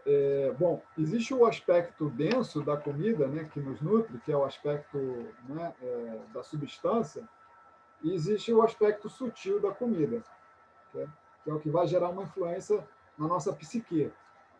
A comida que é preparada na hora, ela é mais rica em vitalidade, prana, tá? Que é energia vital. Quanto mais energia vital tem essa comida, maior será a influência positiva para a nossa mente. Mais vitalidade, maior capacidade de compreensão, clareza mental. Agora, se essa comida é uma comida que já foi requentada, congelada, pense que essa comida já não tem mais tanta energia vital. Então, consequentemente, isso vai trazer um atributo similar àquilo que é aquela substância que foi congelada, que foi feita, sei lá, há uma semana. Entende? ela não vai te trazer tanta clareza mental. Mas os nutrientes, algumas vezes, permanecem, ou se perde um pouco também, a depender, né? Se perde. Tá? Mas esse aspecto sutil, né, que o Ayurveda chama, né, de sattva, rajas e tamas, né, a gente vai ver na aula que vem, né, é aquilo que influencia a nossa mente. Então, veja, quando eu quero que vocês procurem se colocar, né, nessa situação. Quando eu como uma feijoada ou um churrasco, como é que a minha mente fica? Embotada, né? Quando eu como uma comida que foi feita na hora, com, sei lá, uma comida vegetariana, eu fico bem, eu tenho clareza mental. Da mesma forma, o processamento, né, como foi congelada, né, como foi feita anteriormente, também perde em termos de atributos que vão influenciar positivamente a minha mente ou negativamente. Então, a comida fresca ela é mais rica em prana, traz mais clareza, mais sáttva na minha mente. A comida pesada, que congelada, que foi feita semana passada, ela traz mais tamas, embotamento. Tá certo? Ok, obrigada. Nada. Ótima pergunta, por sinal. Bom, a quantidade, né? Quantidade, o resultado do uso em quantidade própria ou imprópria para cada indivíduo e sua condição específica, o que tem relação direta com o Agni e suas diferentes manifestações. Tá? Então, cada indivíduo apresenta uma capacidade digestiva e metabólica. Então, essa quantidade vai variar de acordo com indivíduos para indivíduos. Os indivíduos de constituição mais vata, que são mais magrinhos, sequinhos, eles têm a tendência a ter um fogo digestivo metabólico mais irregular. Ora, eles têm muita fome, ora, eles não têm fome. Então, a quantidade vai variar de acordo com essa maleabilidade que é o fogo digestivo desses indivíduos. Então, se hora eu tenho mais fome, eu vou comer mais. Se hora eu não tenho fome, eu como menos. Eu vou procurar sempre estar equilibrando o meu fogo digestivo. Uma pessoa de constituição pita tendem a ter um fogo digestivo mais, que a gente chama de tikshna, que é penetrante, quente, a toda hora tem fome. Então, a toda hora eles podem comer bem, uma boa quantidade de comida que eles vão digerir bem. Uma pessoas de constituição mais cafa tendem a ter um fogo digestivo mais baixo. Tá? Então, sempre tem pouca fome. Então, eles sempre têm que comer um pouco menos, estimular mais com coisas mais picantes, para que esse metabolismo seja estimulado. Tá? Então, como eu falei também já anteriormente, é que comida pesada deve ser ingerida em menor quantidade, e comida leve pode ser ingerida em maior quantidade. Porque a comida pesada leva mais tempo para digerir, e a comida leve, ela digere mais facilmente. Tá certo? Então, a quantidade sempre varia de acordo com o fogo digestivo de cada indivíduo. Nunca é uma coisa assim, uma regra, eu vou comer uma colher de arroz, uma de feijão. Não, isso não existe para o Ayurveda. A mesma coisa, né, como o Adriano perguntou com relação ao óleo. Também, se eu tenho menos oleosidade, eu uso mais óleo. Se eu tenho mais oleosidade, eu uso menos óleo e mais picantes. E mais substâncias que sejam catabólicas e não anabólicas. Ou seja, anabólico é aquilo que forma tecidos. Então, dentro disso que forma tecidos, eu tenho 3 sabores: doce, ácido e salgado. E dentro daquilo que é catabólico, eu tenho 3 sabores: picante, amargo e adstringente. Nós vamos ver isso mais para frente. Mas só para vocês entenderem. Tá certo? Anabólico é aquilo que forma tecido. Catabólico é aquilo que reduz tecidos, que ajuda no metabolismo. O local, né? Então, onde nascem os alimentos e a sua capacidade de adaptabilidade naquele local, né? Aquilo que nasce na nossa região, no nosso local, é aquilo que é mais apropriado para o nosso consumo. Por exemplo, a mandioca, que é um alimento nativo do Brasil, né? Se tem uma comida que é tradicional do Brasil, é a mandioca. os índios processam ela de várias formas, né? Outra comida tradicional é o ora pro nobis, né? Você tem várias outras, taioba, né? Você tem o cará do ar também, né? Uma série de frutas e verduras que nascem aqui no Brasil, que são alimentos regionais. E esses alimentos regionais, que já nascem naturalmente naquele local, eles são mais apropriados para o consumo, porque eles fazem parte daquela vegetação ali local, né? Já é diferente de um alimento que você traz de fora. Muitas vezes esse alimento não se adapta bem e não tem os nutrientes necessários, né? A natureza ela é muito inteligente, então ela vai produzir aquilo que é bom para a gente naquele local específico. Assim como também as diferentes estações produzem diferentes safras, né, de frutas, verduras, legumes, né? Então, isso é muito importante da gente considerar, né, e sempre considerar também como uma forma ecológica de sustentabilidade, né? A gente buscar consumir de produtores locais, né? De pessoas que têm contato com a terra, porque a gente está ajudando, né, essas famílias e ajudando a sustentabilidade do nosso país, da nossa cidade, enfim, do local que a gente vive, né? Então, o Ayurveda tem esse aspecto, né, de sustentabilidade, né, porque compreende, né, aquilo que nasce ao nosso redor, não só como alimentos, mas também como as plantas medicinais, né? A gente deve procurar fazer o uso daquilo que está ao nosso alcance, né? Por exemplo, facilmente a gente vê, né, ervas amargas nascerem. Quem tem jardim, né, sabe, né? Por exemplo, o quebra-pedra, o picão, o dente de leão, né? São ervas amargas que dão facilmente em qualquer local, assim, né? Então, a natureza ela tem uma inteligência única, né? E esses alimentos, eles regionais, devem ser priorizados, né? Aqui no Cerrado tem muito pequi também e uma série de frutas que você encontra no Brasil todo, né? Assim como outras regiões também, né? Outra coisa importante é o tempo, né? Então, tanto as estações quanto as horas do dia, né, têm influências específicas, né, no nosso sistema. Como eu falei, de manhã, né, o nosso Agni, nosso poder digestivo metabólico, ele não está no seu auge, né?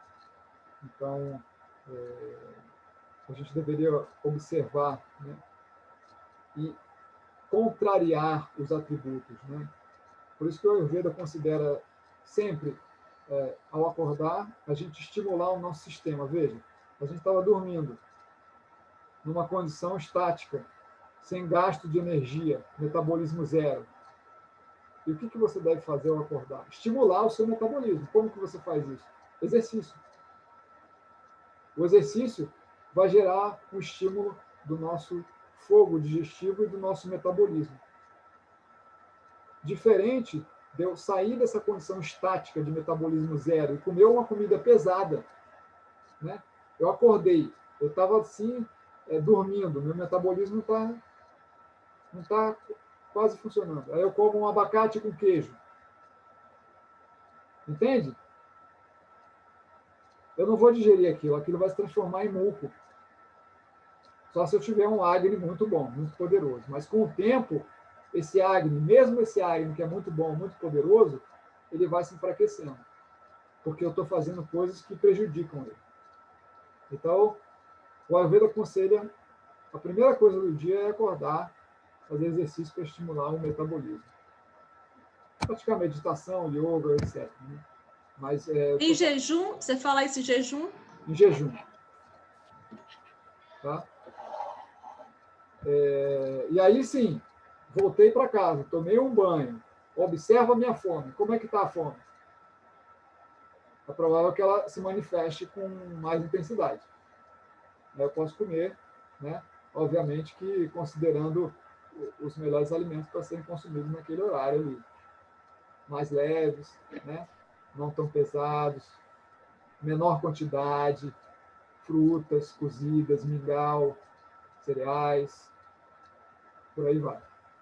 Mário, eu poderia tomar uma água morna com gotas de limão assim que acordar? Excelente, excelente. A água morna é muito boa de ser usada ao acordar, né?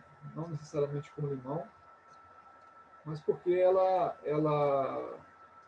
tem o atributo macio, o atributo suave, o atributo quentinho, que contraria o atributo do cafa, que é pesado, que é denso, úmido, né? Então, se você tem muito cafa, tudo bem, pode se colocar um pouquinho de limão, né?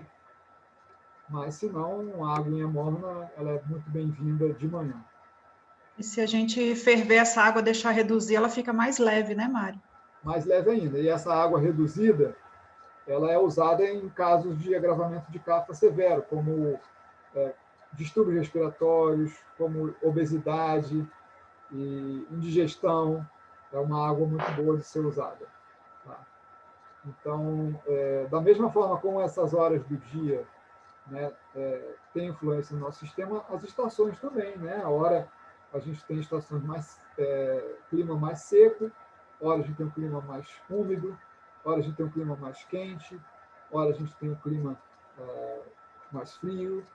Então eu vou sempre contrariar os atributos que existem na natureza, porque existe um princípio do Ayurveda que fala o seguinte: igual aumenta igual e oposto diminui oposto, né? Então eu tenho sempre que observar isso. Se tem calor lá fora, eu busco me refrescar. Se tem frio lá fora, eu busco me aquecer. Se tem umidade lá fora, eu busco untuosidade. Se tem secura lá fora, se tem umidade lá fora, eu busco secura aqui dentro. Tá certo? Outra coisa importante, né? O alimento, que deve ser fresco, preparado na hora, de boa procedência, principalmente orgânico, como eu estava falando, né? Para a gente colaborar com a sustentabilidade do planeta e do nosso local, né? Comprado diretamente de um produtor, né? Então, a procedência, né? A qualidade do alimento, né? É extremamente fundamental. E também o atributo dele, né? Para cada indivíduo, assim, né? E a consideração fundamental do indivíduo, aquele que consome suas diferentes características, né? Como a gente já falou, os diferentes biotipos aí, os diferentes tipos de metabolismo, né? Variam de cada indivíduo para indivíduo, né? Então eu preciso considerar, né? As características específicas daquele indivíduo, a digestão daquele indivíduo, né? O tipo de fogo metabólico daquele indivíduo, né? A fome, né? Vamos considerar a fome e a constituição, né? Como sendo fatores fundamentais. Então, a partir dessa fome do indivíduo, eu vou buscar alimentos que são benéficos para aquela constituição. A gente vê aí, né, 3 tipos de corpos diferentes, um mais magro, um mediano e um mais forte. Então, o mais magro eu vou procurar tonificar. O mais mediano, né, que é o tipo Pitta, né, ele vai ter mais fome, né, então ele pode comer uma boa quantidade em todas as refeições. E o tipo Kapha, que já tem demais, ele guarda demais, ele tem que comer menos, estimular mais o metabolismo, né? E o Vata, ele pode fazer mais refeições ao dia, né, porque o fogo dele é irregular, né, e em menor quantidade, que ele também não digere muito bem. Tem um tipo de fogo digestivo que é chamado de Vishama, ou irregular. Tá certo? Então, aí, para finalizar, né, o Charaka diz o seguinte: as consequências desses fatores, sendo benéficas ou não, são sempre consideradas. O indivíduo deveria entendê-las e, então, desejar somente por uma dieta saudável. Comida ou qualquer outra coisa que seja apreciada, mas que não traga consequências positivas, não deve ser usada por ignorância ou descuido. Tá? Então, todos esses fatores que foram citados, né, eles podem ser utilizados de forma apropriada para trazer saúde ou de forma equivocada. Né? Então, a gente deveria sempre buscar aquilo que é melhor para a nossa vida, aquilo que é melhor para a nossa saúde. Tá? Quanto mais conhecimento a gente tem, mais a gente deveria usar isso ao nosso favor. Tá? Porque só assim a gente vai cuidando da nossa saúde de forma preventiva. Ainda mais numa condição que a gente vive hoje em dia, né, que é uma condição pandêmica, a gente precisa estar muito bem, sempre. Né?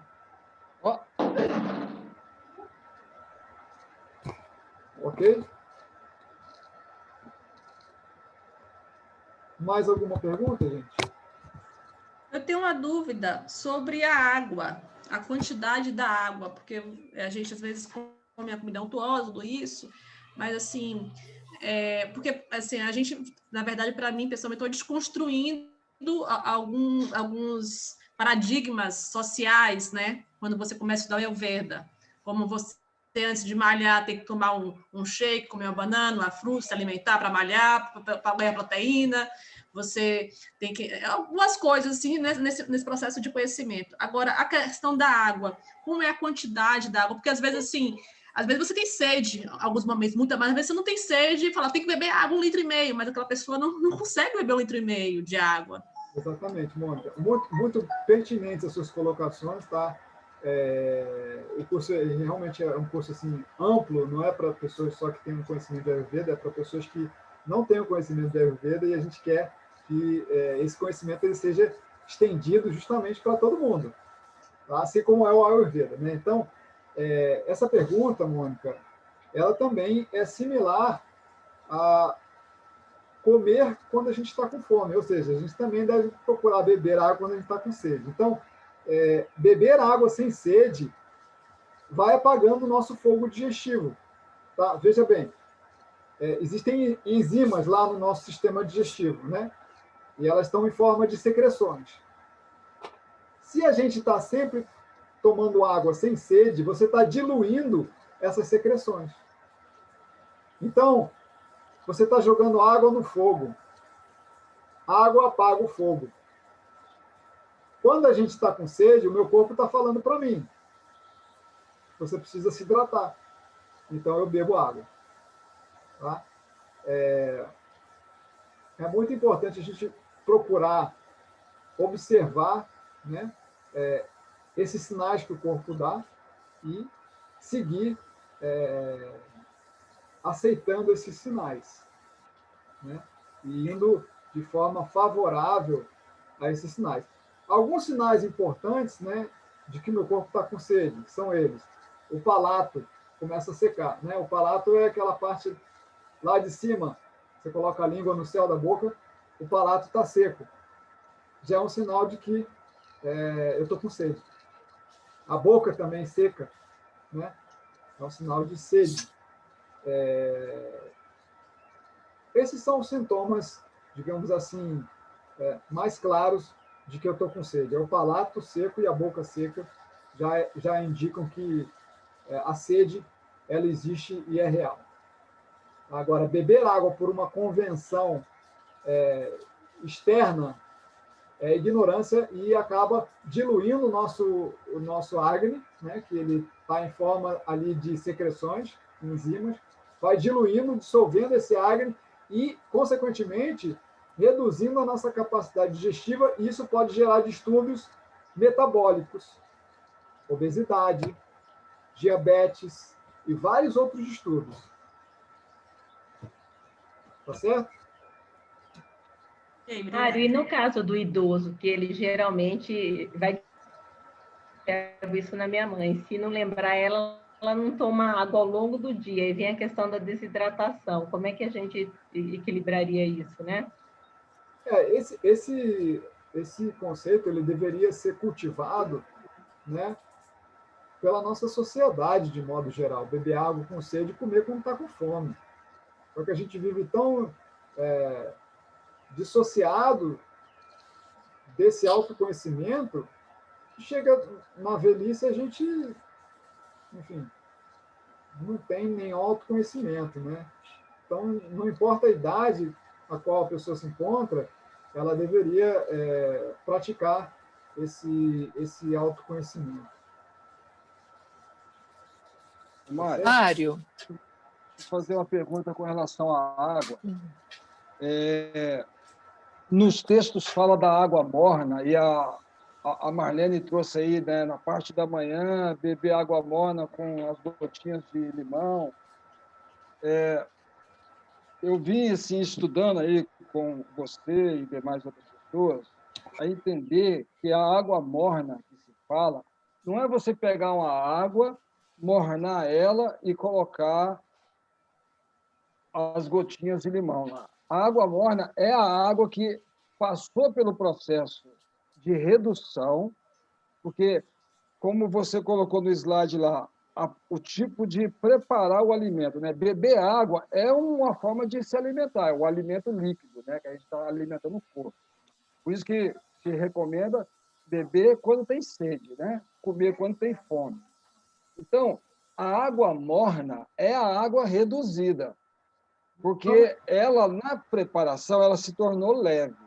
Então, por exemplo, uma pessoa idosa ela está fazendo menos atividade física, ela está mais quieta, o fogo digestivo dela está mais baixo.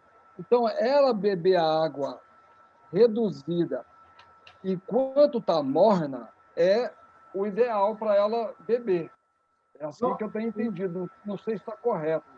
Não necessariamente. Assim, essa água reduzida, a gente usa mais ela em casos assim, de agravamento de cáfara, ou indigestão, ou alguns outros distúrbios metabólicos, né, como obesidade e etc.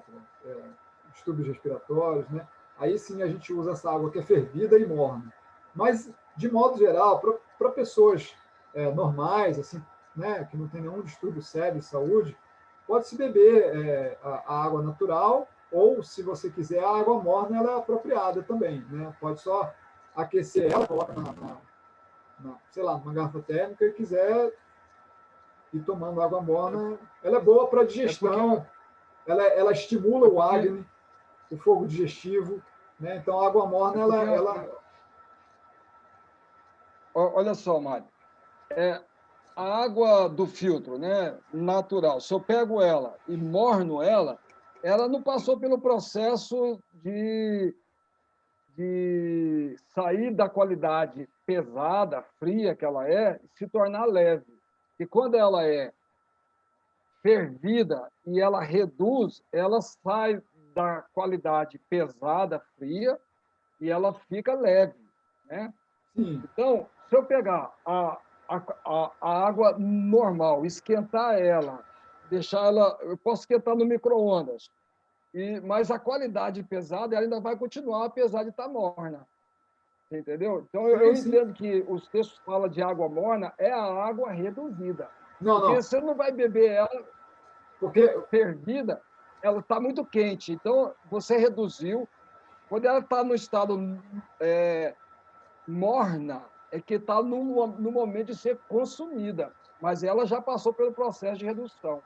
Aí que eu entendo. Não. Se você observar lá no capítulo 5 do Ashtanga Hridaya Sutrasthana, ele fala sobre os diferentes tipos de bebidas líquidas, né? Inclusive água, leite, vinho, cerveja, todas as bebidas líquidas. Né? Aí ele fala dos atributos. Né? A melhor água para ser consumida é a água do rio. A água da chuva. Da chuva. Da chuva. Quando a gente está considerando algum tipo de distúrbio, algum tipo de doença, como eu falei, aí você considera a água fervida, porque aí sim ela tem o atributo leve, né? Estimula o Agni. Mas uma água para consumo regular, né? Primeiro, a água da chuva, depois ele fala da água do rio. Tá? E aí, por diante, a gente vai ver várias citações sobre os diferentes tipos de água, né? Então, isso varia. Mas, de modo regular, né, a gente não precisa ferver água. Se a gente está bem de saúde, não precisa ferver, né? Agora, se você quer estimular a sua digestão, sei lá, quero tomar uma água para melhorar a minha digestão, que não está muito legal, basta eu colocar ela um pouquinho morna. Agora, se eu estou com problemas sérios de saúde, de agravamento de cafa, eu fervo ela, reduzo ela. Entende? Então, cada coisa ela deve ser compreendida, né, no seu devido lugar, né? Ok, obrigado. Tá legal? É diferente, né? Mais alguma pergunta, gente? Beleza. Tudo certo?